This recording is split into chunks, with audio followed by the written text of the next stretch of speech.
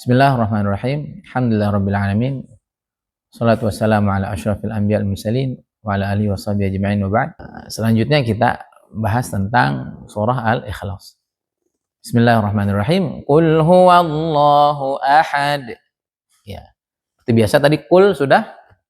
Qul qafnya isti'la tebal dan jahar, dia tidak keluar angin. Lamnya tidak boleh ikut tebal.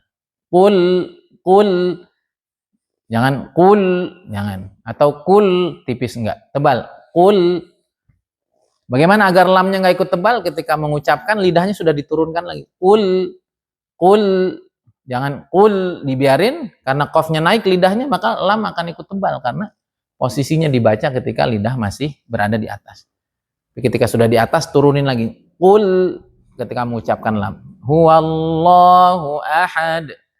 Ada pembahasan tentang lam lafzul jalalah. Di mana hukumnya ada dua.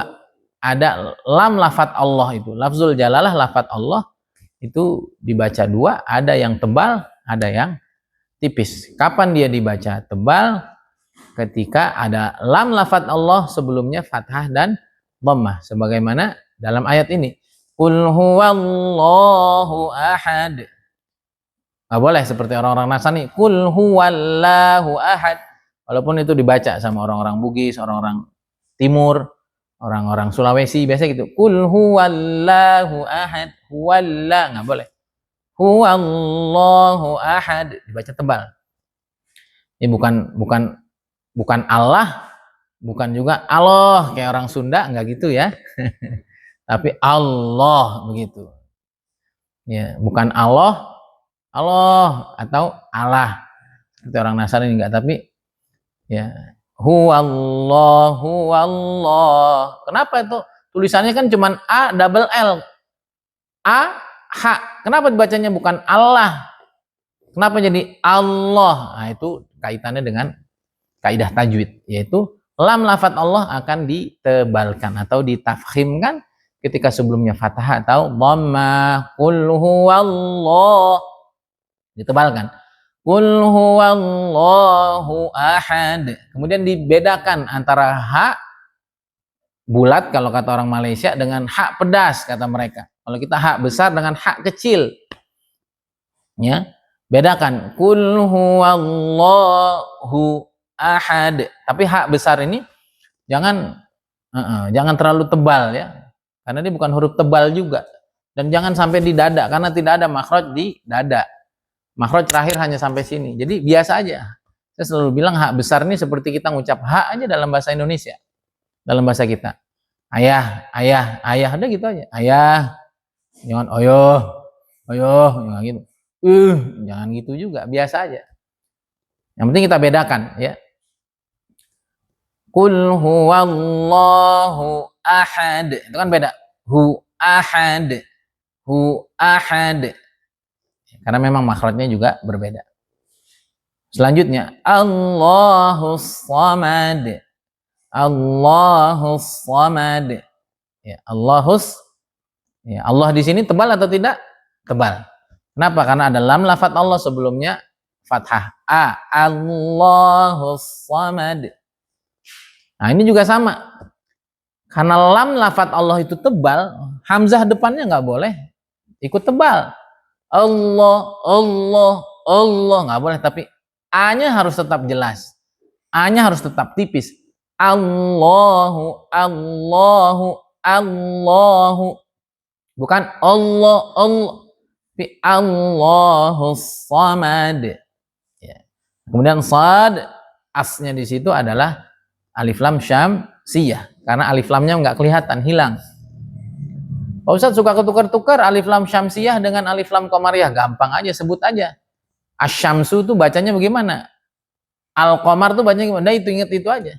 Al-qamar. Oh, berarti alif lamnya hidup. Berarti yang semua alif lamnya hidup, alif lam qamariyah. Kalau yang nggak hidup, wasyamsi. Oh ya, alnya hilang. Bukan wal syamsi, tapi wasyamsi. Oh, berarti yang semua alif lamnya hilang. Itu seperti asyams. Alif lamnya tidak ada. Wasyamsi. Ya, baik. Nah, tadi sad juga termasuk huruf yang tebal. Bahkan bukan hanya tebal, dia termasuk huruf yang sangat tebal. Dia termasuk huruf itbaq. Huruf itbaq atau huruf yang sangat tebal itu ada 4. Ada so, bo, lo. Maka sad itu termasuk huruf yang sangat tebal. Sehingga tidak cukup kita sebut Allahus Samad, apalagi itu ya orang Sulawesi. Allahus Samad, enggak, dia tebal. Allah bukan lagi tebal, sangat tebal. Allahus Samad. Allahus Samad. Allahus Samad. Kemudian sad juga kemarin sudah kita bahas, yaitu sad itu adalah sifatnya sofir.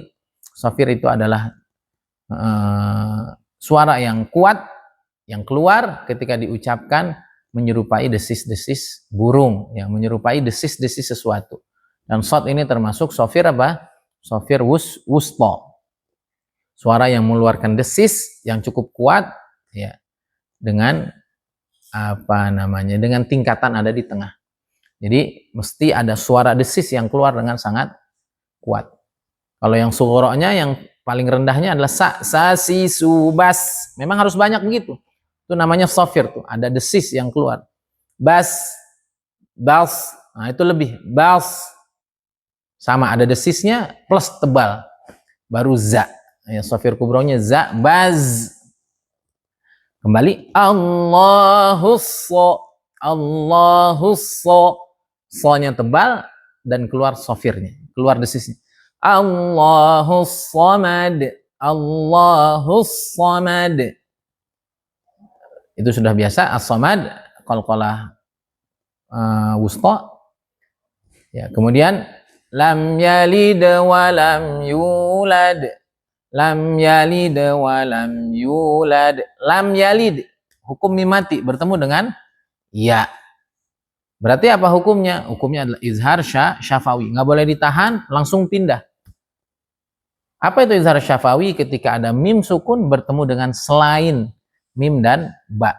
Tentu ya, bukan mim dan ba. Maka nggak boleh ditahan. Lam yalid wa lam yulad. Lam yalid yang di tengah adalah qalqalah apa?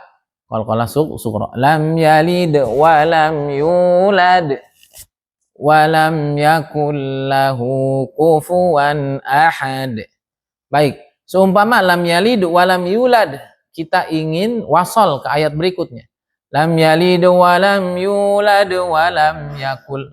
Bagaimana cara mewasalnya? Wasalnya lam yalid wa lam yulad, yuladnya tetap sukun karena memang asal katanya dari sananya memang sukun.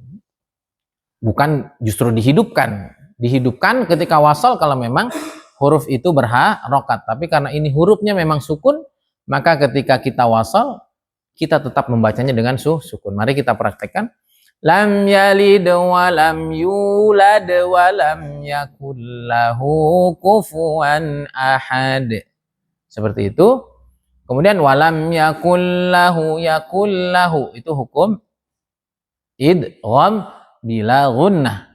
Idgham artinya adalah idkhalu syai' fi syai'. Idkhalu harfin fi harfin akhar. Idgham adalah memasukkan satu huruf kepada huruf yang lain. Bila gunnah dengan tanpa ada dengung. Kalau tidak ada dengung berarti jangan ditahan, langsung pindah. Walam yakul lahu bukan yakun lahu, tapi disatukan, digabungkan. Yakul. Kemudian karena tidak ada gunnah jangan ditahan. Nggak boleh begini. Walam yakul lahu, nggak boleh. Tidak boleh juga walam yakun lahu, itu berarti nggak idgham. Jadi dimasukkan, digabungkan dua huruf ini dengan tanpa ditahan, dengan tanpa ada dengung. Contohnya walam yakul lahu kufuwan ahad. Walam yakul lahu kufuwan ahad. Kemudian ada lahu. Lahu di situ mat apa? Itu mat silah. Nanti mat silah ada dua, ada tawilah, ada qasirah. Di sini lahu itu kan kalau di Quran Indonesia ada apa? Ada dhammah terbalik. Ditaruh di bawah itu tandanya panjang, tandanya bacaan itu mat. Mat apa ini? Namanya mat silah. Silahnya silah apa? Silah qasirah. Apa itu mat silah qasirah? Ketika ada dhamir hu ataupun hi diapit oleh dua huruf yang hidup, dan setelah ha dhamir ini, setelah hu ini bukan huruf hamzah. Walam yakul lahu. Nah itu kan hu di situ hak dhamir. Kemudian sebelumnya ada lam yang berharokat, ku ada huruf kaf yang juga berharokat. Berarti ada hak dhamir yang diapit oleh dua huruf yang berharokat atau huruf hidup. Dan kita lihat setelah hu di sini hurufnya adalah kaf. Berarti selain hamzah maka ini namanya matsilah qasirah. Cara bacanya hanya dua harokat, tidak boleh dilebihkan. Walam yakul lahu kufuwan ahad. Kufuwan ahad sama lagi seperti tadi. Ini adalah hukum izhar karena ada tanwin bertemu dengan hamzah terakhir. Bagaimana cara kita menyambung antara dua surah, antara dua surah, antara dua surat? Apakah boleh? Boleh dan bisa. Nah, ini biasa dipakai oleh imam-imam ketika mereka sholat witir. Ketika imam witir di sholat setelah tarawih, biasanya mereka menyambungkan antara kulhu dengan kul falak dengan kul a'udzu birabbin nas atau dengan surat an-nas, karena memang sunnahnya ketika sholat witir itu di rokaat yang ganjil, di rokaat yang ketiga, atau kalau kita sholat hanya satu rokaat, maka di bilangan ganjil itu, bilangan 3, bilangan 5, bilangan 7, di akhir sebelum kita salam dari sholat witir itu sunnah membaca 3 kul. Maka karena tarawih itu sudah panjang, biasanya para imam mempercepat bacanya ketika witir dengan bacaan 3 kul tadi itu dengan menyambungnya. Bagaimana cara menyambungnya? Caranya ada 4, 3 yang dibenarkan, 1 yang tidak dibenarkan. 1 yang tidak dibenarkan. Contoh, walam yakul lahu kufuwan ahadun, disambung ke bismillahnya. Bismillahirrahmanirrahim baru kul a'udzu birabbil falaq. Apa itu 4? Mana itu 3 yang dibenarkan, 1 yang tidak benar? 3 yang benar adalah yang pertama adalah waslul jami'. Di wasol semuanya, disambung semuanya. Mana yang disambung? Ujung ayat, berarti ujung ayat Al-Ikhlas disambung dengan bismillah, bismillah disambung dengan awal surah Al-Falaq. Ini dibenarkan. Kita contohkan, walam yakul lahu kufuwan ahadun bismillahirrahmanirrahim qul a'udzu birabbil falaq. Itu dibenarkan. Kemudian yang kedua apa? Faslul jami', dipisah semuanya. Semuanya maksudnya ujung ayat dengan bismillah, bismillah dengan awal surah. Contohnya dipisah semua. Walam yakul lahu kufuwan ahad. Bismillahirrahmanirrahim. Qul a'udzu birabbil falaq. Nah, itu juga dibenarkan. Kemudian yang ketiga adalah waslul ba'di wa faslul ba'd. Menyambung sebagian dan memutus sebagian. Yang dibenarkan bagaimana? Yang dibenarkan adalah menyambung bismillah dengan awal surah, tapi memutus apa? Memutus akhir surat dengan awal surah. Ini dibenarkan. Berarti kaidahnya yang lebih tepat berarti qat'ul ba'd wa qat'ul atau ya qat'ul ba'd wa faslul ba'd. Diputus dulu baru disambung. Kita baca yang nomor 3 yang juga diperbolehkan kita menggunakannya. Walam yakul lahu kufuwan ahad. Bismillahirrahmanirrahim. Qul a'udzu birabbil falaq. Itu juga boleh. Ya, kemudian yang tidak dibenarkan adalah menyambung akhir surah dengan bismillah, kemudian berhenti di situ, baru baca kembali di awal surah Al-Falaq. Ini tidak dibenarkan karena menghindari agar jangan sampai disangka bismillah itu menjadi akhir surah. Padahal bismillah bukanlah bagian dari surah yang ada di Al-Ikhlas. Kita contohkan yang salah. Walam yakul lahu kufuwan ahadun. Bismillahirrahmanirrahim. Qul a'udzu birabbil falaq. Nah, itu yang tidak boleh diamalkan. Yang keempat, karena dikhawatirkan bismillah dianggap sebagai akhir surah dari surah Al-Ikhlas. Kemudian bagaimana menyambungnya Pak Ustadz tadi yang disambung? Walam yakul lahu kufuwan ahadun. Bismillah. Ya ikut saja dengan hukum tajwid normalnya. Kalau ahadun di situ adalah tanwin, kemudian tanwin bertemu dengan ba, maka hukumnya adalah hukum iqlab. Maka dari itu baca saja hukum iqlab tersebut. Jalankan saja hukum iqlab tersebut.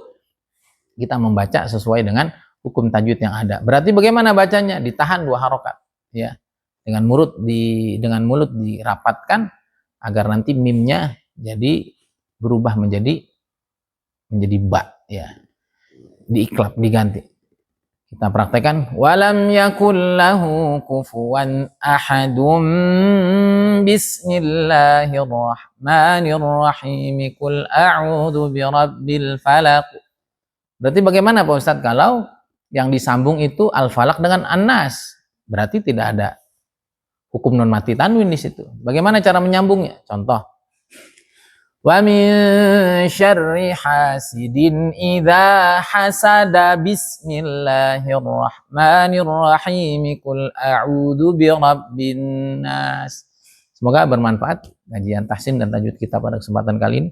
Insyaallah akan kita lanjutkan dengan surat-surat selanjutnya. Semoga menjadi tambahan ilmu dan amal bagi kita semua, dan Allah SWT ridha dengan kita membaca kalamnya, kita semakin paham dan semakin bergairah untuk mengamalkannya. Hada billahi taufik. Assalamualaikum warahmatullahi wabarakatuh.